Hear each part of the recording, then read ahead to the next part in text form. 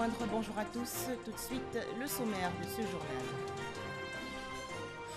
La Côte d'Ivoire fermement engagée à éradiquer le travail des enfants dans le secteur du cacao.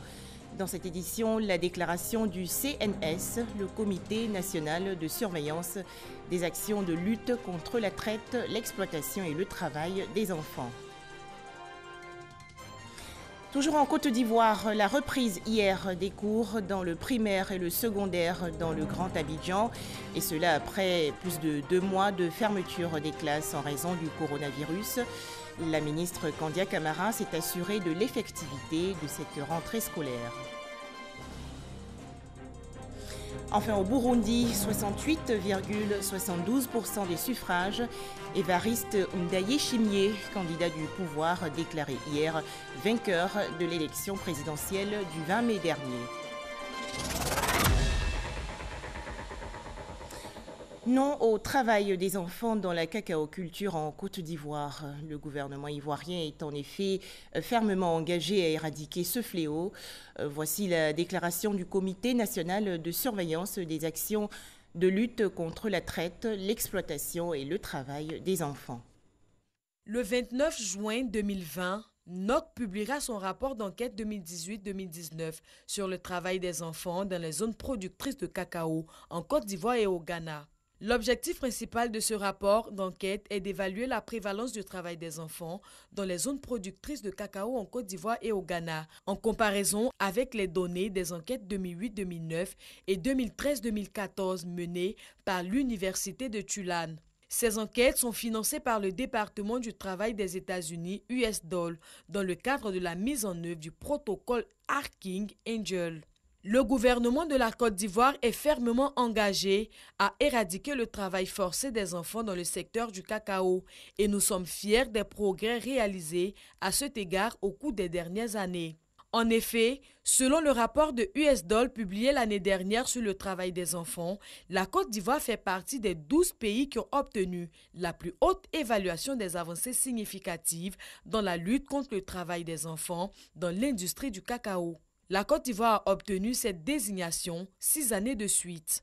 Le projet de rapport de NOC fait état de ses succès, notamment la forte baisse du nombre moyen d'heures de travail réalisées par les enfants dans la production de cacao et la forte augmentation de la fréquentation scolaire des enfants des ménages agricoles dans les zones de culture du cacao. Néanmoins, nous sommes très préoccupés par certains aspects fondamentaux du rapport en raison des lacunes largement reconnues de certaines de ces méthodes utilisées dans le cadre de l'enquête de Tulane de 2013-2014. Ces lacunes, qui comprennent l'échantillonnage et l'extrapolation, ainsi que des problèmes liés à la période de référence pour la collecte des données, rendent impossible toute comparaison précise entre certaines données clés de l'enquête de NOC et celles de l'Université de Tulane et entraîneraient probablement des conclusions trompeuses à tirer de l'enquête de NOC. Au cours des derniers mois, plusieurs ateliers techniques se sont tenus à Abidjan et à Washington DC, au cours desquels nous avons fait part à NOC et à l'USDOL de nos préoccupations concernant les insuffisances de la méthodologie de l'enquête 2018-2019. Bien qu'ils aient reconnu ces erreurs, voire le résumé du rapport 2018-2019 du NOC et leur impact potentiel sur la crédibilité des conditions de l'enquête 2018-2019, NOC et l'USDOL n'ont jusqu'à présent pas voulu apporter les changements nécessaires, évoquant des contraintes de comparaison des données. En conséquence, la Côte d'Ivoire ne peut approuver l'enquête 2018-2019 dans sa version actuelle qui comporte des failles. La présidente du Comité national de surveillance, Madame Dominique Ouattara. Plus de 5 millions d'infections dans le monde, le coronavirus poursuit ses ravages.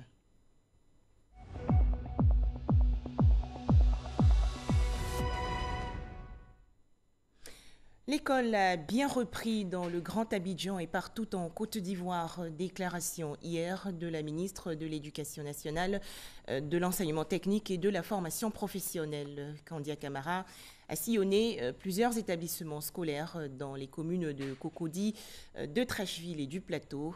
Les précisions de Sephora Zegui. École primaire publique Cocody Danga, lundi 25 mai, reprise des cours pour ses élèves du CP1 au CM2. Ces apprenants sont attentifs aux consignes du chef d'établissement. Nous reprenons les cours dans les conditions difficiles, mais il y a des mesures barrières qu'il faut observer pour nous permettre de finir les 1 mois et demi que nous allons passer ensemble. Après les conseils d'usage, les instituteurs procèdent à la constitution des groupes. Les élèves bien installés, le cours peut démarrer. Le directeur de l'école insiste sur les mesures barrières. Nous reprenons les cours dans les conditions difficiles, mais si nous respectons les mesures barrières, nous n'aurons pas de risque. Les parents d'élèves sont eux aussi venus accompagner leurs enfants pour voir de plus près les dispositions prises pour assurer la sécurité de ceux-ci. Je suis très satisfaite de toutes les informations que j'ai pu avoir ce matin par le biais du directeur de l'école. Après le primaire, nous arrivons au lycée classique d'Abidjan. Ici aussi, masque obligatoire, lavage systématique des mains à l'entrée de l'école. Ne pouvant plus se faire des accolades, les élèves usent de nouvelles stratégies pour exprimer leur joie de retrouver leurs camarades. Dans la salle des profs, les enseignants attendent la sonnerie pour rejoindre chacun sa salle de classe. Je suis très heureux de reprendre les cours parce que ça fait vraiment longtemps que j'attends ce moment. Nous répondons à l'appel de la nation. Nous ne pouvons pas laisser ces élèves-là comme ça sans terminer leur année scolaire. De surcroît pour ceux qui sont en classe d'examen. Lors de notre passage dans cet établissement, la ministre de l'Éducation nationale, de l'enseignement technique et de la formation professionnelle est venue s'assurer que la reprise est effective. Nous allons faire la sensibilisation. Vous allez sensibiliser vos amis à l'école. Après Cocody, cap est mis sur le plateau. Au cours secondaire méthodiste, Kandia Camara a aussi sensibilisé élèves et enseignants. Dernière étape de la tournée, école régionale de Trècheville. La ministre assure de sa disponibilité à tout mettre en œuvre pour que 0 cas de Covid-19 ne soit déclaré dans les écoles. Nous pourrons prendre toutes les mesures dans les écoles. Mais si l'enfant n'est pas protégé dans son environnement familial, il court des risques. Nous ne voulons pas de risques pour nos enfants. Nous voulons que nos enfants demeurent en bonne santé. Mais pour ce faire, il faut que les parents eux-mêmes respectent les mesures barrières, qu'ils se protègent afin de protéger leurs enfants, afin que la maladie n'entre pas à l'école. Pendant sa tournée, la ministre Kandia Camara a annoncé la distribution de plus de 80 millions de masques de protection en faveur des élèves et enseignants. À l'instar donc de leurs condisciples de l'intérieur du pays, le 18 mai dernier, les écoliers et élèves du Grand Abidjan ont repris hier le chemin des classes, rappelant que les établissements publics et privés avaient été fermés dans tout le pays le 16 mars dernier en raison de la maladie à coronavirus. Didier Nguessin a visité quelques écoles privées. Après 2 mois de suspension des cours, l'école reprend ses droits dans le district d'Abidjan. Ce lundi 25 mai, dans ce groupe scolaire, cette classe de 3e a cours d'anglais. Leçon du jour, les pandémies. Et ironie du sort, l'on étudie le coronavirus. What is coronavirus? It is et comme par hasard, c'est à cause d'une pandémie que nous sommes partis. Et à notre retour, nous nous retrouvons pour donc repartir sur de nouvelles bases. Et c'est la première leçon que nous voyons aujourd'hui, c'est sur les pandémies. Ici, au secondaire comme au primaire, tout est mis en œuvre pour le respect des mesures barrières à la Covid-19. Les enfants sont arrivés à compte-gouttes, ce qui est d'ailleurs à notre avantage parce que ça nous permet là déjà de faire respecter les mesures barrières. À la cantine, on garde les distances, mais ce n'est pas l'affluence des jours ordinaires. Au cours méthodiste secondaire, cette école primaire multiplie les restrictions. Pas de récréation ni de cantine. Priorité est donnée aux cours. Nous avons repris effectivement en tenant compte de toutes les dispositions. Le lavage des mains à l'entrée. Nous avons prévu devant chaque classe aussi les dispositifs de lavage des mains. Et dans les classes, avant que les élèves n'y accèdent, nous avons pris les dispositions de désinfecter les classes et puis veiller à ce que chaque élève ait son cache-nez. Désormais, les parents mettent le goûter dans le sac des enfants puisque les cours finissent à midi. Donc à 10 h, les enfants vont rester en classe sur place pour prendre leur goûter sans qu'ils ne sortent. Et toujours les enseignants sont là pour veiller à ceci. Chez les plus grands au secondaire, Cette classe de terminale compte 24 élèves contre 35 avant la pandémie. L'heure est à la révision.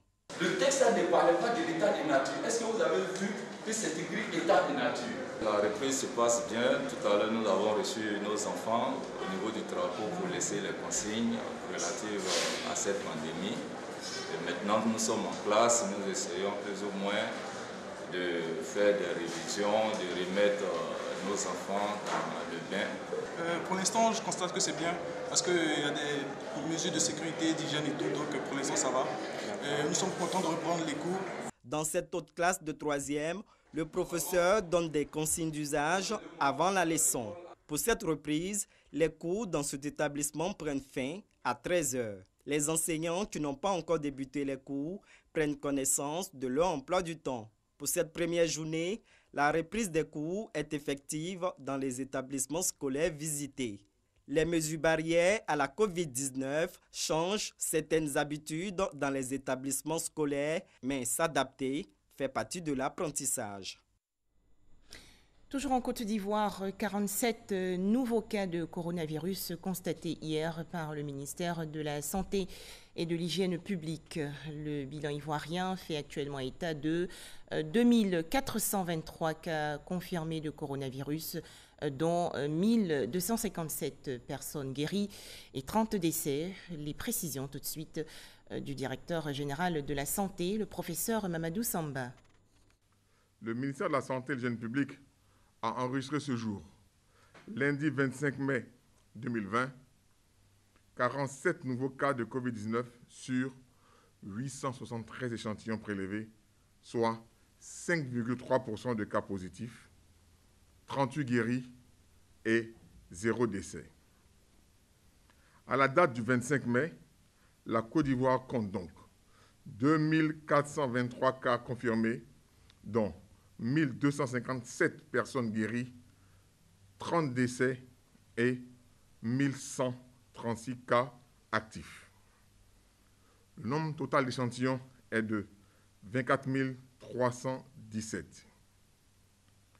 Le ministre de la Santé et de l'Hygiène publique insiste sur le fait que nous devons continuer à respecter les mesures barrières, tant dans le Grand Abidjan qu'à l'intérieur du pays, si nous voulons freiner la propagation du virus et contrôler la pandémie en Côte d'Ivoire.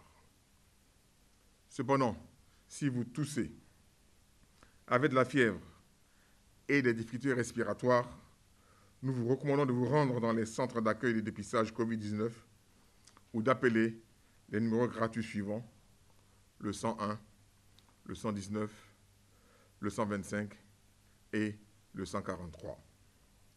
Le ministre de la Santé et de l'Hygiène publique remercie et félicite tous les acteurs du système de santé pour leur engagement et leur dévouement dans la lutte contre la pandémie. Combien d'infections à coronavirus dans les autres pays de l'Afrique de l'Ouest? À noter 6808 cas confirmés, dont 32 décès au Ghana. 832 cas confirmés, dont 52 décès au Burkina Faso. La Guinée-Conakry fait face à 3275 cas confirmés, dont 20 décès. Au Libéria, 265 cas confirmés, dont 26 décès. Enfin, le Mali avec 1059 cas confirmés, dont 67 décès. Dans le monde entier, 5 520 828 cas confirmés de coronavirus, dont au moins 2 313 657 personnes guéries et 347 022 décès. À noter également dans l'actualité cette décision de l'Organisation mondiale de la santé. Par sécurité, l'OMS a suspendu hier temporairement les essais cliniques avec l'hydroxychloroquine. Cette décision fait suite à la publication le 22 mai dernier d'une étude qui juge inefficace, voire néfaste, le recours à la chloroquine et à ses dérivés contre la maladie à coronavirus. Alors que la maladie à coronavirus se propage dans le monde, la Côte d'Ivoire, elle, a rapidement réagi face à cette pandémie.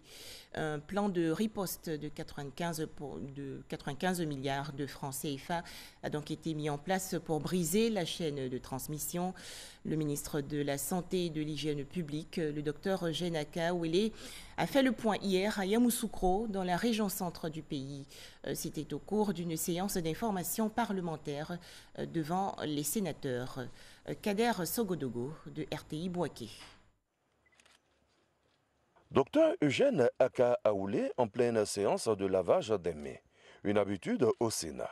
L'institution reçoit le ministre de la Santé et de l'Hygiène publique qui vient dresser le bilan d'environ 4 mois de lutte contre la pandémie du coronavirus.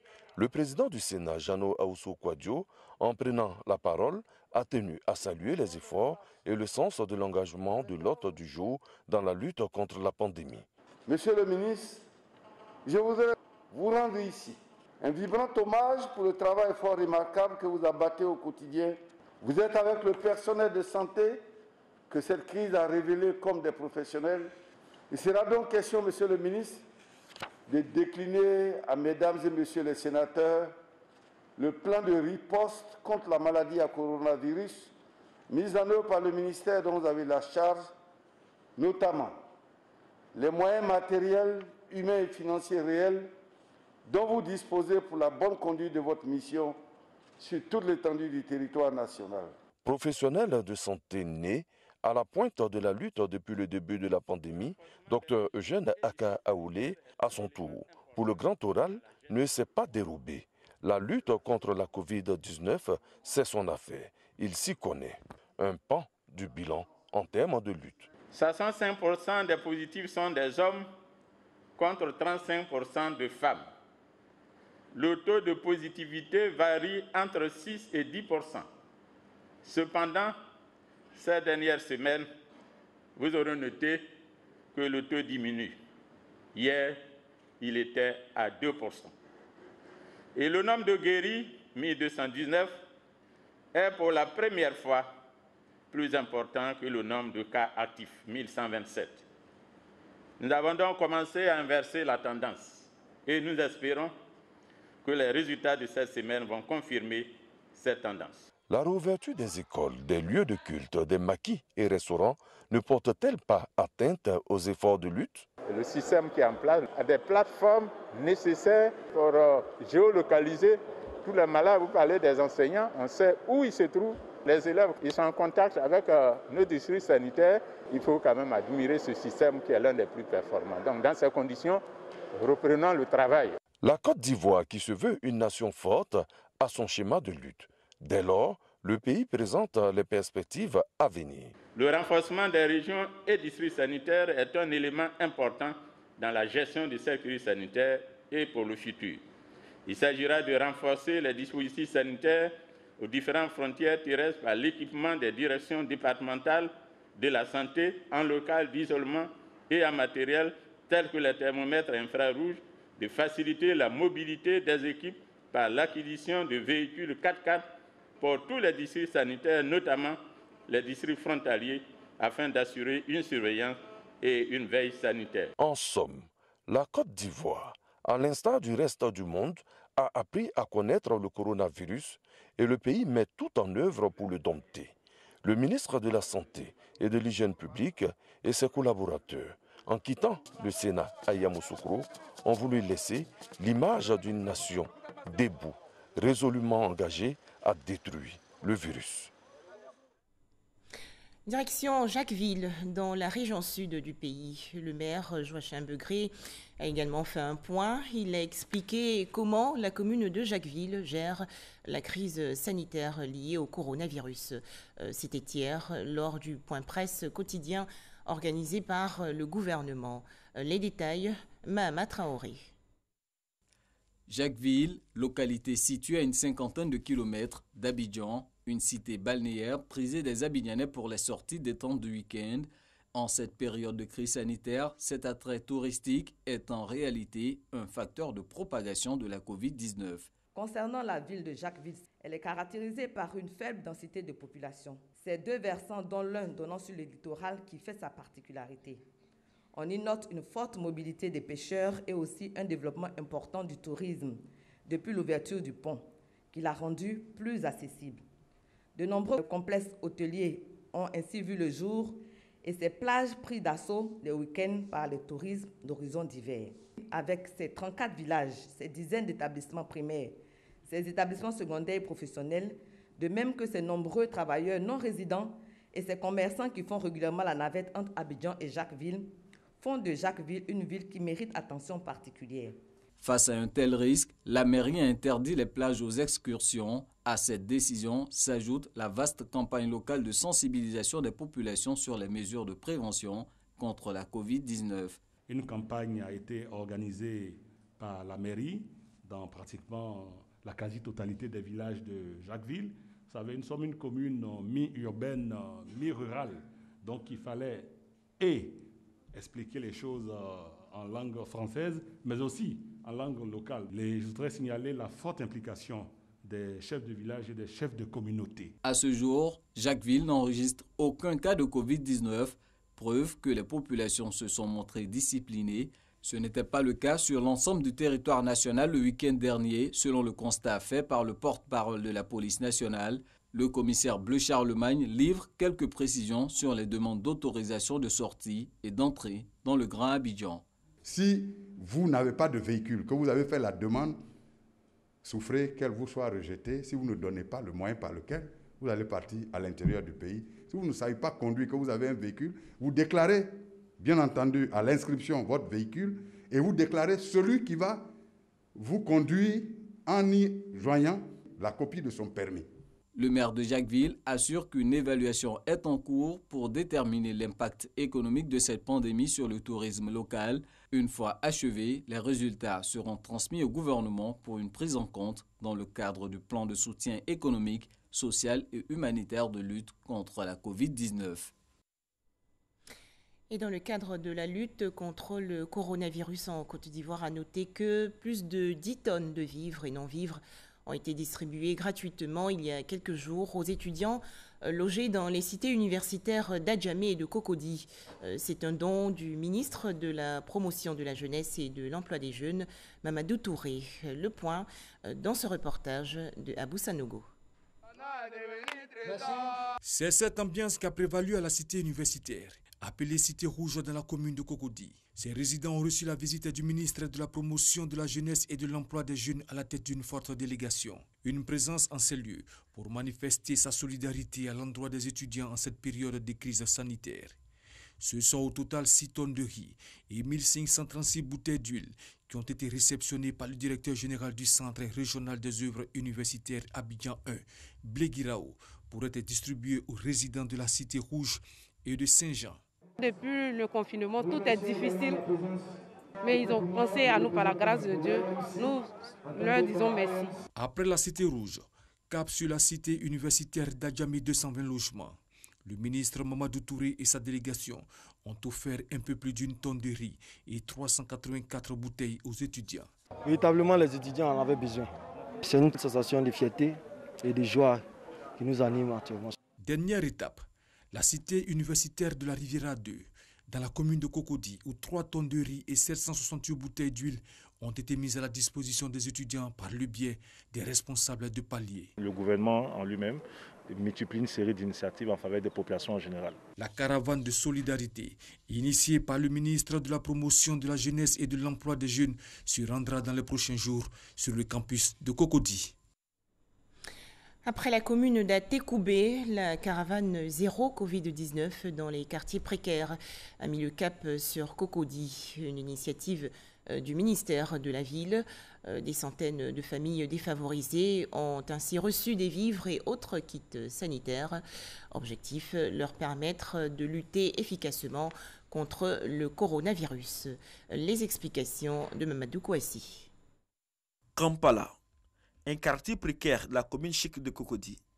Ici, ne demandez pas de respecter la distanciation physique. Une promiscuité qui pourrait constituer une véritable source de propagation de la Covid-19. Et pour empêcher l'entrée de cette pandémie dans ce quartier, le ministère de la Ville prend des dispositions.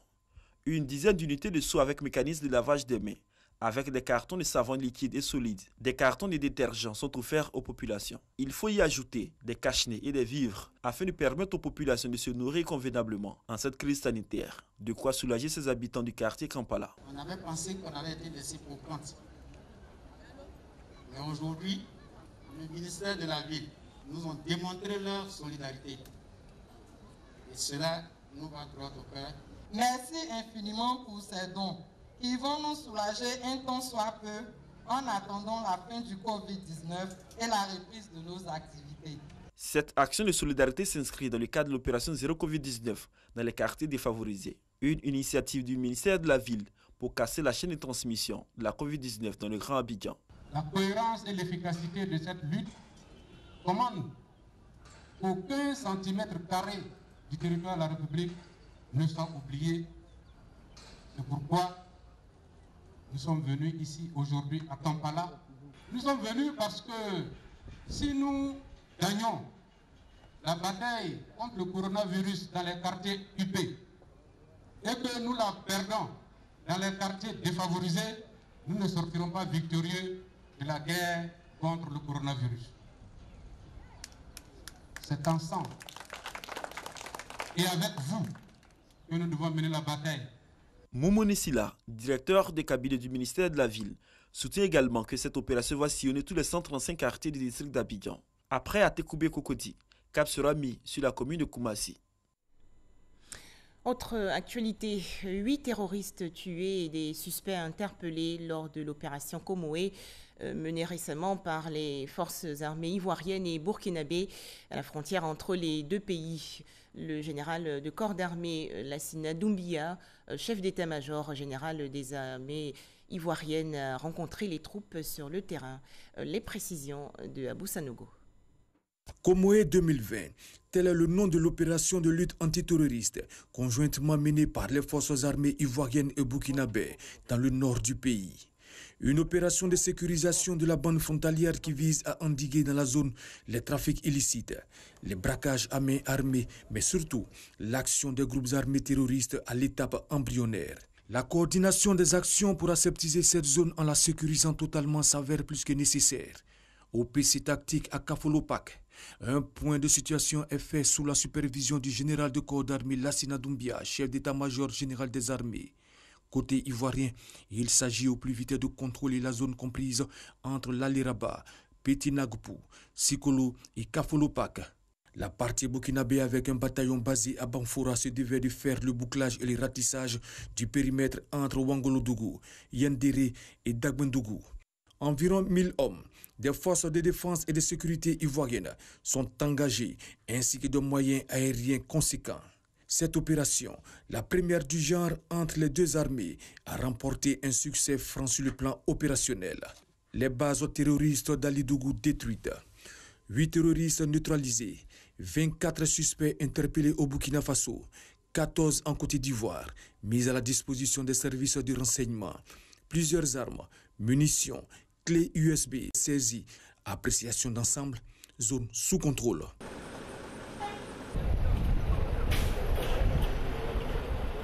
Satisfaction des deux états-majors. Excellent résultat obtenu grâce à la parfaite coordination entre les deux armées. Une initiative à poursuivre. Comme eux, ils n'ont pas de frontière, ils traversent et vous ne pouvez pas poursuivre puisqu'il y a la frontière. Mais ici, les deux armées se sont rassemblées. On a essayé de monter l'opération et vous voyez qu'il n'y a plus de possibilité de s'échapper. Et c'est ça qui nous a permis d'avoir des résultats tangibles. Nous estimons qu'aucun État ne devrait laisser une quelconque partie de son territoire être utilisée pour s'organiser, pour préparer et mener des attaques terroristes en territoire voisin ou s'y réfugier après avoir commis de tels forfaits. C'est une question qui relève de la morale. Donc cette opération conjointe nous aura permis de lever des doutes. Et au regard des résultats obtenus, nous pensons que cette zone pourra être stabilisée de façon durable. C'était un devoir pour nous de nous coordonner avec nos frères des forces armées du Burkina Faso pour sécuriser cette région. Aucune base terroriste n'existe sur le territoire ivoirien qui a peut-être servi de zone refuge lors des précédentes offensives burkinabées. Par ailleurs, L'opération Komoye 2020 était le lieu pour les forces armées des deux pays de faire des dons de matériel aux populations. Puis le chef d'état-major général des armées, Lassina Doumbia, s'est rendu au 4e bataillon d'infanterie de Korogo, unité de soutien de l'opération en zone ivoirienne, pour une adresse à ses hommes.